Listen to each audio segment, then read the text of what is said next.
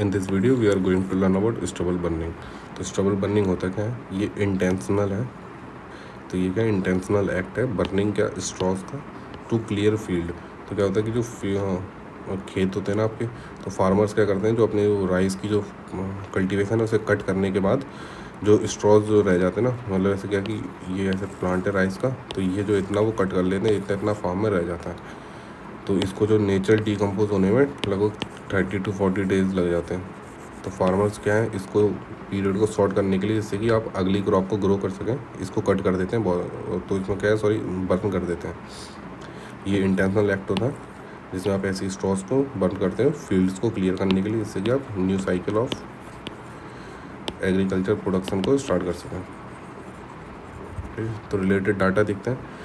तो 2021 में 85,000 के आसपास 85,000 फायर्स के इंसिडेंट्स हुए थे, जिसमें से 70,000 जो हैं वो पंजाब से ही थे, पंजाब में कंसनट्रेटेड थे। ठीक है, पैडी कल्टीवेशन एरिया जो है वो लगभग 32 पहले अर्लियर जो है 30 था, वो 32 मिलियन हेक्टर हो चुका है पंजाब में। तो मतलब राइस प्लांटेशन का जो एरिया है, मतलब राइस की जो फील्ड है, राइस कल्टीवेशन की जो फील्ड है, वो एरिया भी इंक्रीज़ हुआ है। इस चक्कर में जो है स्ट्रॉज भी ज़्यादा प्रोड्यूस हो रहे हैं और आपको जो है स्टबल बर्निंग भी ज़्यादा करनी पड़ रही है। इसके कॉजेज़ क्या हैं, तो वो है फार्म मेकानाइजेशन, कि भाई फार्म में आपने जो मशीन्स का यूज़ बढ़ा दिया है ना। मॉडर्न जो टेक्नोलॉजी है आप उसे अडेप्ट कर रहे हो लिमिटेड, लेकिन ऐसा तो नहीं है कि आपने सभी मॉडर्न प्रैक्टिस को अडॉप्ट कर लिया, नहीं तो फिर ये दिक्कत ही नहीं आती स्टबल बर्निंग की। तो आपने जो लिमिटेड जो है, जैसे फार्म मैकेनिज्म, जैसे यूरिया का यूज़ बढ़ा दिया है, फर्टिलाइज़र्स का यूज़ बढ़ा दिया है।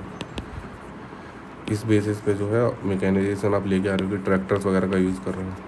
तो इससे क्या है कि आपको स्टबल बर्निंग की दिक्कत आ रही है फिर, क्योंकि जो मशीन्स हैं वो ऊपर की फील्ड तो कल्टीवेट काट देती है, लेकिन नीचे स्ट्रॉज रहने देती है, कम्प्लीटली कट नहीं कर रही है। या तो कम्प्लीट प्लांट को कट कर दो आप, इसलिए ये दिक्कत आ रही है पहले। ठीक है, अब चेंजिंग फार्मिंग एंड लाइफस्टाइल, कि भाई मास प्रोडक्शन का ज़माना है,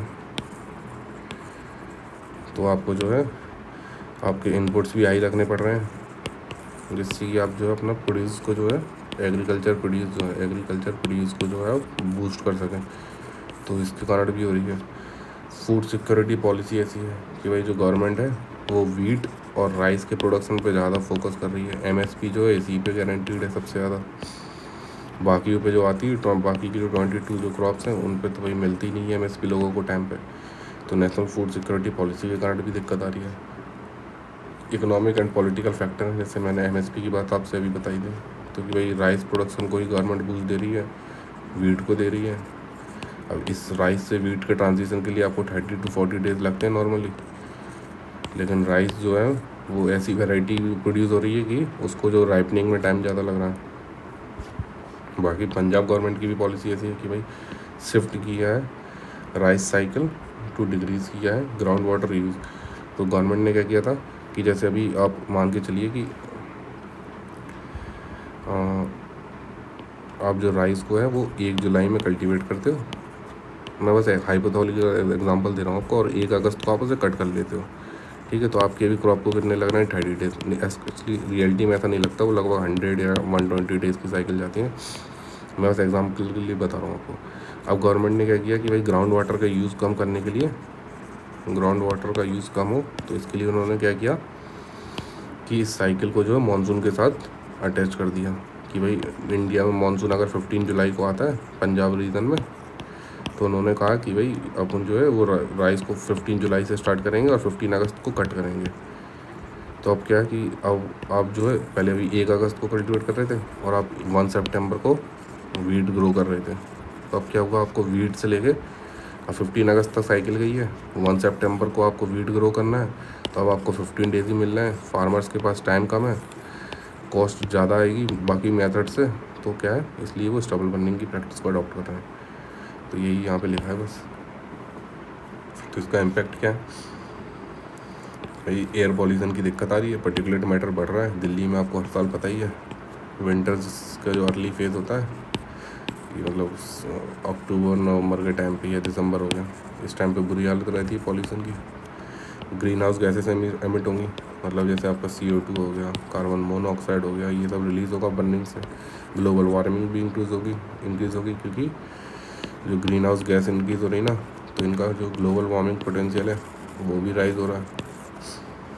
हेल्थ इश्यूज़ आते हैं, अस्थमा वगैरह की दिक्कत आ रही लोगों को, ठीक है। सॉइल की फर्टिलिटी भी डिक्रीज़ होती है कि भाई डिस्ट्रॉय कर देते हो आप न्यूट्रिएंट्स को, जो माइक्रो ऑर्गेनिजम्स हैं, जो गुड बैक्टीरियाज हैं, ये सब भी फायर की हेल्प से डिस्ट्रॉय हो जा रहे हैं स्टबल बर्निंग करने से। बायोडाइवर्सिटी का लॉस हो रहा है, वही जो माइक्रो ऑर्गेनिज्म हो गया, फंगल बींग्स हो गया, इनको आप मार दे रहे हो, है ना। फिर आप कहोगे कि भाई जो सॉइल के न्यूट्रिएंट्स कम हो रहे हैं, तो उसके लिए आप फिर जो आर्टिफिशियल इनपुट्स का यूज़ बढ़ा दोगे, जैसे कि फर्टिलाइज़र्स, और फिर आपकी कॉस्ट ऑफ प्रोडक्शन हाई हो जाएगा, फिर उससे रिलेटेड दिक्कत आएगी भाई। और कुछ सॉल्यूशन देख लेते हैं। तो MS स्वामीनाथन जो है, उन्होंने गवर्नमेंट से कहा था कि भाई राइस बायो पार्क इस्टेब्लिश कर दो आप यहाँ पे ना, राइस के प्रोडक्शन को ही आप फोकस करोगे तो जो आपकी लाइफ साइकिल अप्रोच है ना वो इंक्रीज़ हो जाएगी भाई। छत्तीसगढ़ में जो आप जो गौथन मॉडल आता है, तो इसको देख सकते हो आप, जो बेस्ट प्रैक्टिसेस में यूज़ कर सकते हो छत्तीसगढ़ का गौथन मॉडल। MSP दे दो अल्टरनेट क्रॉप्स के लिए। अभी जो पंजाब में फार्मर्स की डिमांड ये थी ना कि भाई हमें MSP दे दो आप किसी और क्रॉप के लिए, हम वो ग्रो करने लगेंगे। वो तो वेजिटेबल्स ग्रो करने को भी तैयार है, वेजिटेबल्स के लिए आपको कह रहे हैं कि हमें MSP दे दो, हम ग्रो कर लेंगे, या किसी और क्रॉप पे आप दे दो जिसकी यील्ड इतनी हो कि भाई हमारा प्रोडक्शन हैम्पर ना हो। इंसेंटिव्स दिए जा सकते हैं डेवलप करने के लिए वैल्यू चेन्स को, जैसे फ्यूल फॉडर फर्टिलाइज़र की वैल्यू चेन है, आप इसको डेवलप करने के लिए इंसेंटिव दे दो, उससे भी हेल्प मिल जाएगा। गवर्नमेंट के स्टेप्स देख लेते हैं रिलेटेड भाई कि गवर्नमेंट क्या कर रही है इस मामले में।